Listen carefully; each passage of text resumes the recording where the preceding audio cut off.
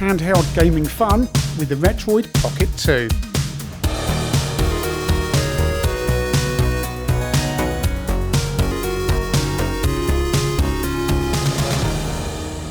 Back in the midst of time here on ChinnyVision, I looked at some cheaper handheld gaming devices to let you play MAME on the move. They kind of worked as fine for kids if you don't want your emulation to be accurate, but I always wondered, what would you get if you spent a little more? And what you would get is a Retroid Pocket 2, which cost about £100 on eBay. Now, first of all, I'm going to say, and I'm going to cut this off right now for the comments, I know the 2 Plus is out now, but that costs more and isn't as generally as available. It's basically a handheld gaming games console that plays MAME and several other console games as well. Arrives in this natty little box, and you get some different choice of colours there. 1, 2, 3, 4, 5, 6, 9, about 13 choices of different colours. Anyway, let's pretend I haven't had this here since January, and actually no, the beginning of February, sorry, and open it up. Oh look, here we are unboxing a Retroid Pocket 2. Many sellers with these on eBay. You just pick one really for yourself. You get a little instruction book, just telling you what the product contains and so on. There we go. It's got a 4x Cortex A7 processor, 1 gig of RAM, 8 gig of eMMC storage, which 5 gig is available to you. 500 megahertz graphics, whatever that means. ARM malicious afterthought 400. Didn't know he made chips. It's Android 6, that means it's ancient dual boot. 640 by 480, 60 frames a second, IPS screen, Bluetooth 4, Wi-Fi, and it can work with Bluetooth headsets and has simultaneous access of multiple Bluetooth handles.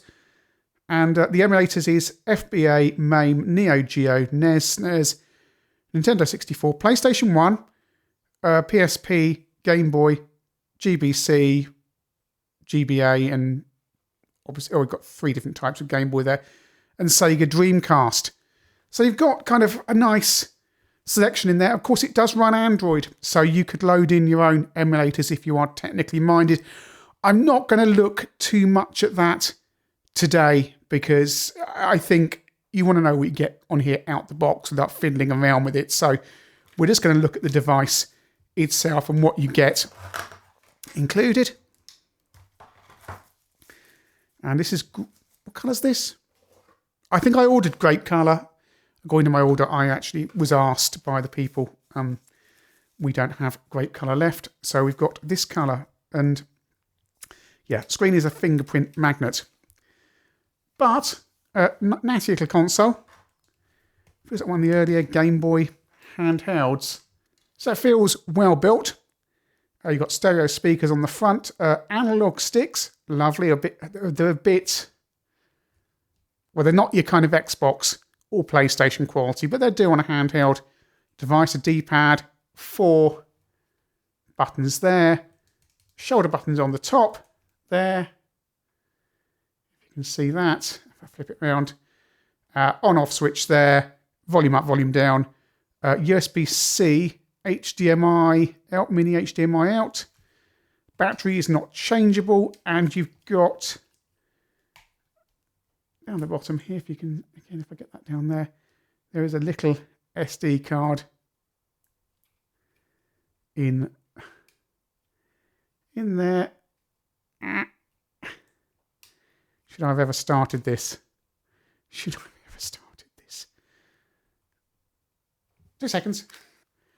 You have an SD card slot for one of these mini SD cards. This doesn't come with it. I've put this in there for my own storage. So I put a 32 gig SanDisk card in there.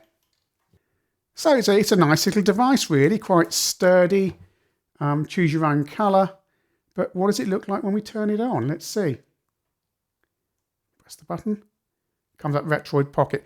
You can make it boot to Android or its own interface with all the games on it, which we'll have a look at that. I'll capture some pictures out of the HDMI, but you can see how long it takes to boot up here. It's taking a little while.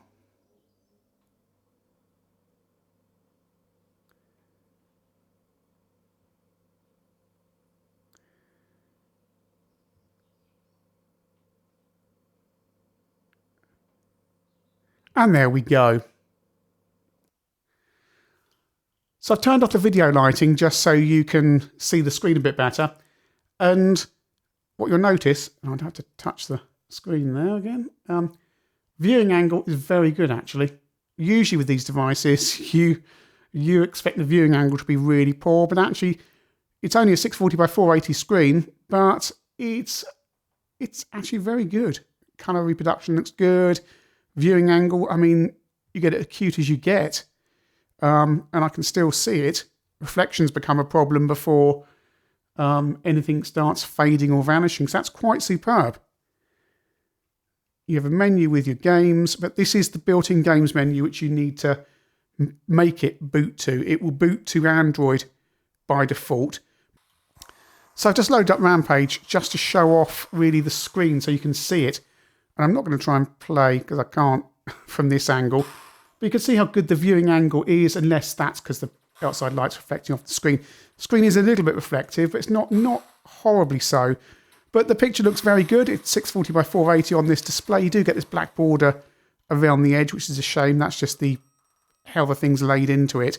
You might have hoped they would have perhaps had a slightly larger screen.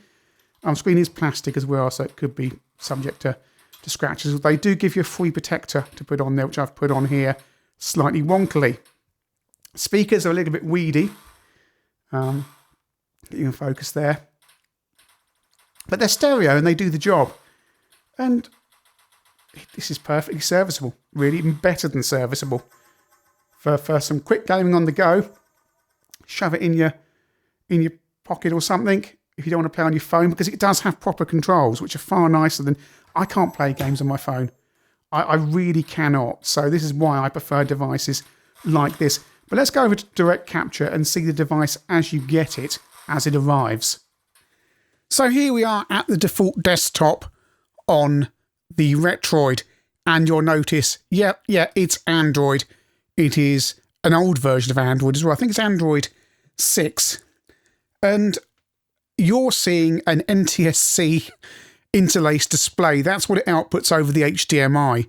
So, yeah, the desktop ain't going to look fantastic on your large screen TV. It's 4:3 as well to match the display here. But of course, you'll be playing retro games on this. So a 4:3 display is perfectly adequate. And I can tell you the desktop looks far better on the screen that I'm looking at as opposed to the screen on the capture display.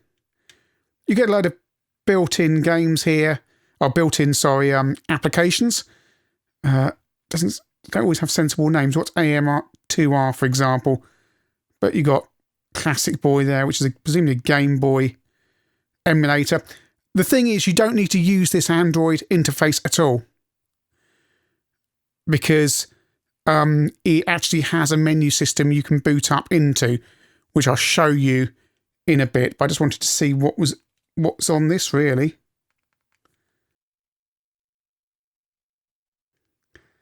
Anyway, yeah, so we've got a load of emulators in here that you can access in Classic Boy. But, again, you don't need to do it here. We can just go, I don't know we know how we get out of here. Back to the desktop somehow. There's the desktop. N64 emulator down there. You don't need to, unless you have some kind of need to use the Android desktop. Again, like I say, no need to use it, because what we'll do is we'll go and do this.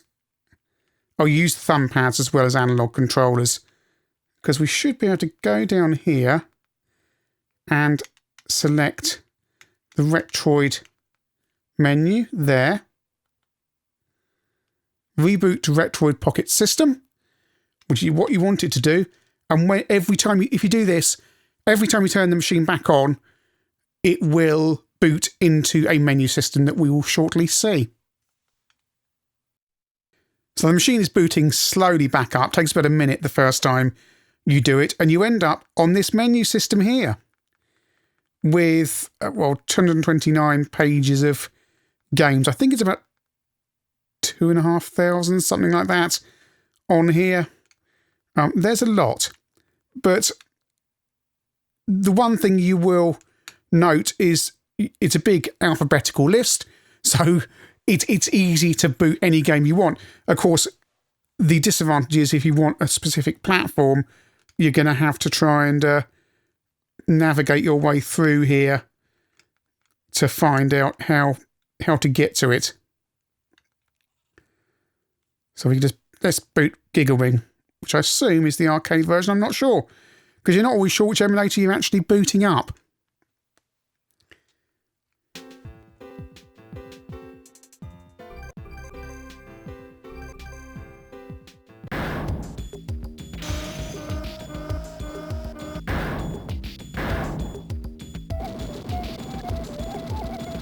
Oh, I've got one more please waiting. Press start to skip. Yes, press start to skip. That's a good idea. There we go. And on the screen, it looks great. It looks fantastic on this little screen. Doesn't look too bad on my display here. It is noticeably standard definition, NTSC. But on the screen, it's lovely and smooth, 60 hertz motion. But of course, remember, this is MAME, or that kind of emulator, so you're not guaranteed every game is going to be perfect.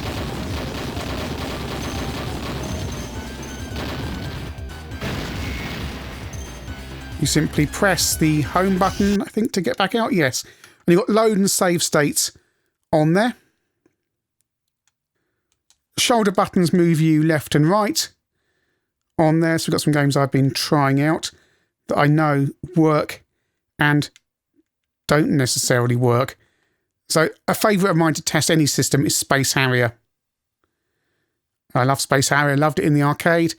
And I love it now. Kind of, well, hopefully I love it now. But actually, you're going to see, no, it's not running properly. It's a little bit slow. It's a shame, because again, on this little screen I'm looking at, it looks fantastic, if slow. Yeah, not great, but and you don't get any sound on the console itself if you're plugged into HDMI, because the sound goes over the HDMI. And we'll get the disappointment out the way early, because, well, you'll see shortly, Outrun doesn't run very well either. Yeah, I mean, need we go on?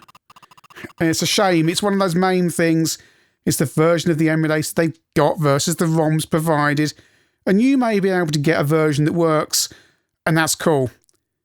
However, most games actually work fine. And again, I'm concentrating on MAME at the moment, but we can look at some other consoles in a minute. Here's Mr. Do Run Run. Particular favourite of mine. I'm using the D-pad, the thumb pad, which I shouldn't really. Oh, what you do in this game is you make circles around the fruit to upgrade them. And you throw your Mr. Do ball against the baddies and try and crush. Oh, no, I died there.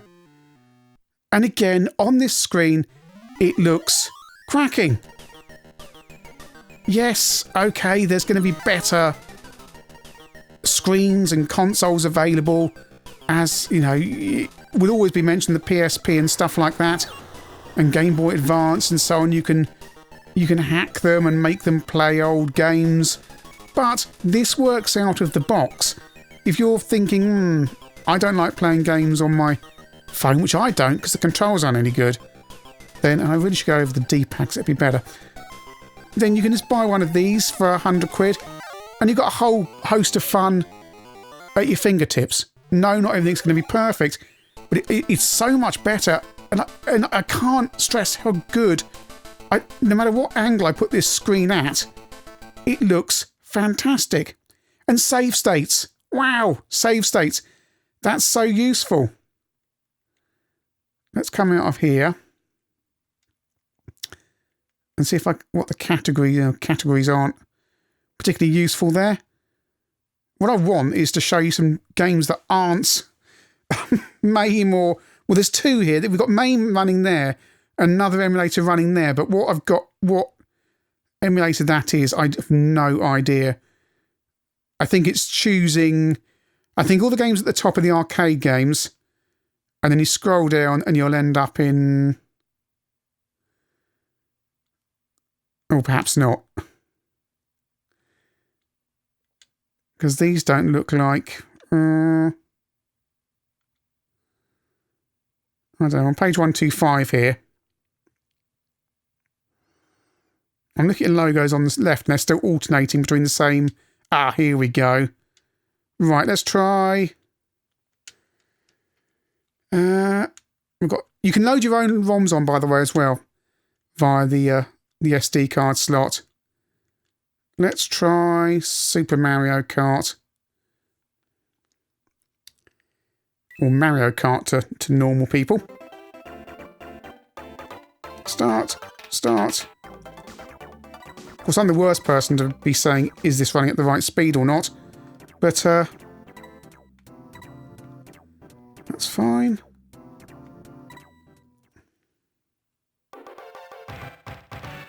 And of course the controls are going to be weird, so I don't know what accelerate's going to be.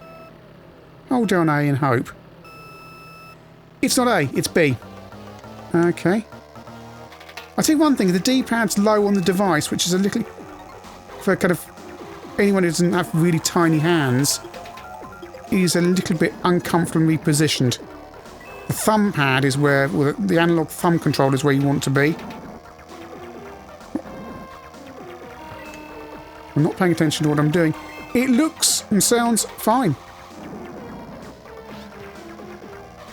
I mean, this device should have plenty of power to emulate a SNES. That shouldn't be a problem.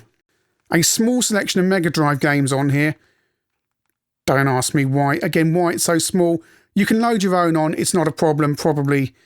Well, if they put Altered Beast on here, then you'd think... They wouldn't have any problems putting other games on here, but apparently they do. Rise from your grave. Oh, great. This again.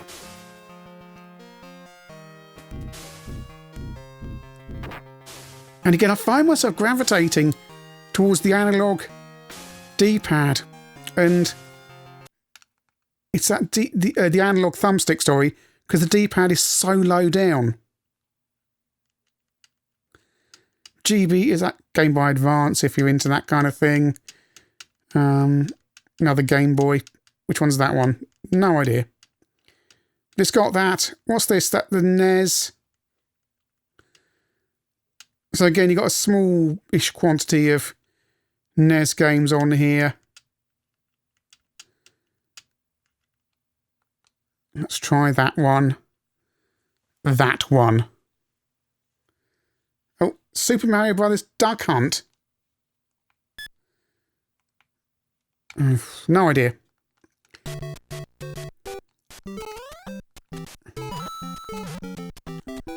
It's Barry the Plumber. Oh dear. And look, I become big. Whoa. Are we having fun? Are we having fun? Will we all be rather be playing Sonic? Yes is the answer to that, isn't it? But again, on this little screen, it looks fast, it looks smooth. If this is your bag, then good luck to you. Takes all sorts, really, doesn't it? I think what's going to keep you amused on here is the arcade stuff, to be honest, because it's got so many arcade... There must be 2,000 arcade games on here.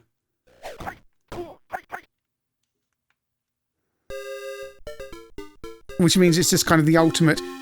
If you like MAME and get fed up with trying to set the blooming thing up, and there's me on the thumb pad again, then you could just have this as a kind of a little box you know that works. It's just a shame it doesn't look particularly good on a kind of larger display. Why it's not upscaling to HD to begin with. Processing power. Why it's interlaced. Oh, I suppose, well, you know, I could do 50p or 60p. Couldn't it, really? I'm not paying attention to what I'm doing. This is great. Yeah, Kung Fu on the move. Yes. Get ready. So here we are. I'm assuming this is PlayStation emulation. Or, yeah, must be PlayStation, I think. Ridge Racer. Proceed with above choices. No idea if this is running at proper speed or not. You will have to tell me. All I'm going to do is show you this, because I got no idea.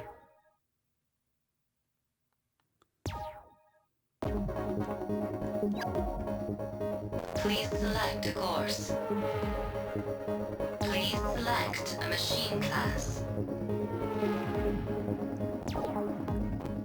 Kamala, Fiera. Get ready to race. So I notice on the PlayStation I am playing in a little bit of a letterbox here. Are you nervous? I'm so excited. I mean, does the PSP do PlayStation emulation? In which case you're probably better off playing it on that. Go! But it seems fast and smooth. It does make the screen very small, that letterbox, and you're playing in a window. It won't be so apparent to you, but it's quite apparent to me that I'm losing a lot of real estate. Yeah, probably losing about 20% of the screen. So I need to pay attention. No idea if that's any good or not. You'll have to tell me. Ah, right, okay. I have found the option to scroll through the... Alright, you go to category and then you go left and right to get into... I'm using this quite a bit. And I hadn't actually noticed this. We've got one Dreamcast game on here. Although again, you can load your own on.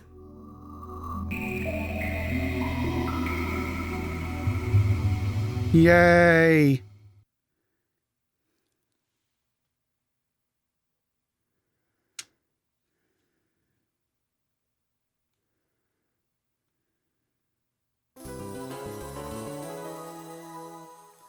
Imagine playing Wet Tricks on this.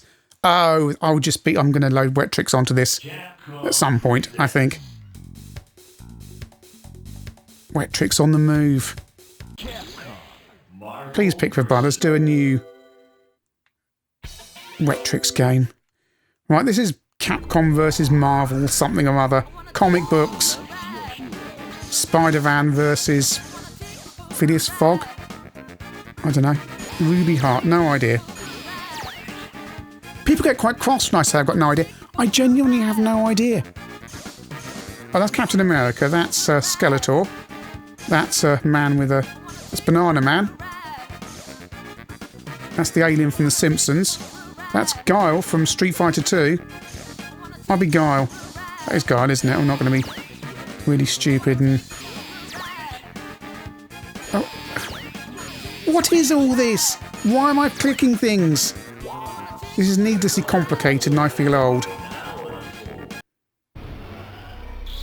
Start, yes. Press start button, yes. I wanted to be Guile, I'm Pirate Lady. Well, it's fast. I don't know what this game usually... Am I hitting someone from Street Fighter 2?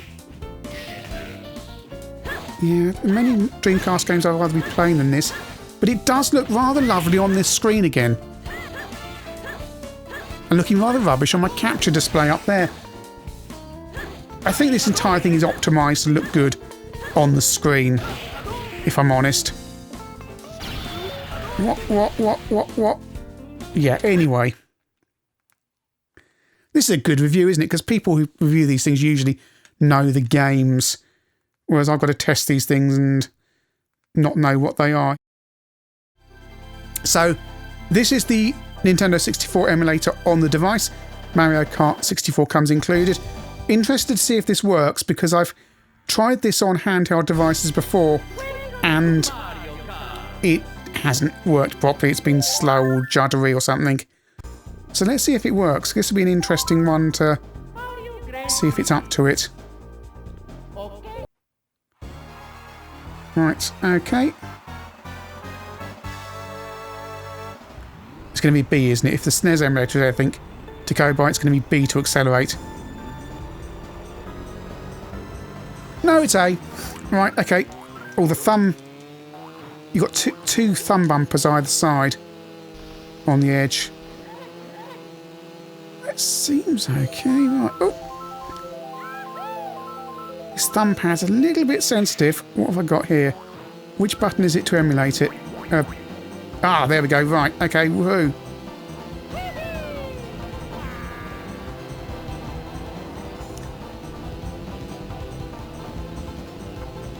Well, it seems okay. I'm not convinced. I'm not convinced. I can't hear the audio at the moment. But it's playable. N64 aficionados may not be too keen. How there was some slow down there.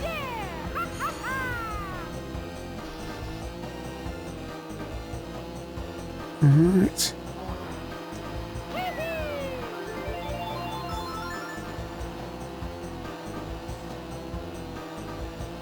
Seems... I don't have an N64. I do have an N64. I'm sorry to compare this against, but I can't be bothered to get it out. Oh.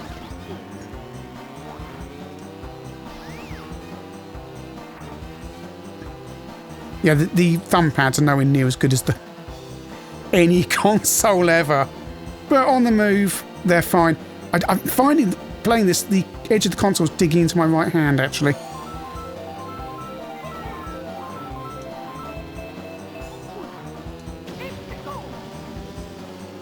Well, hey, oh, watch the banana.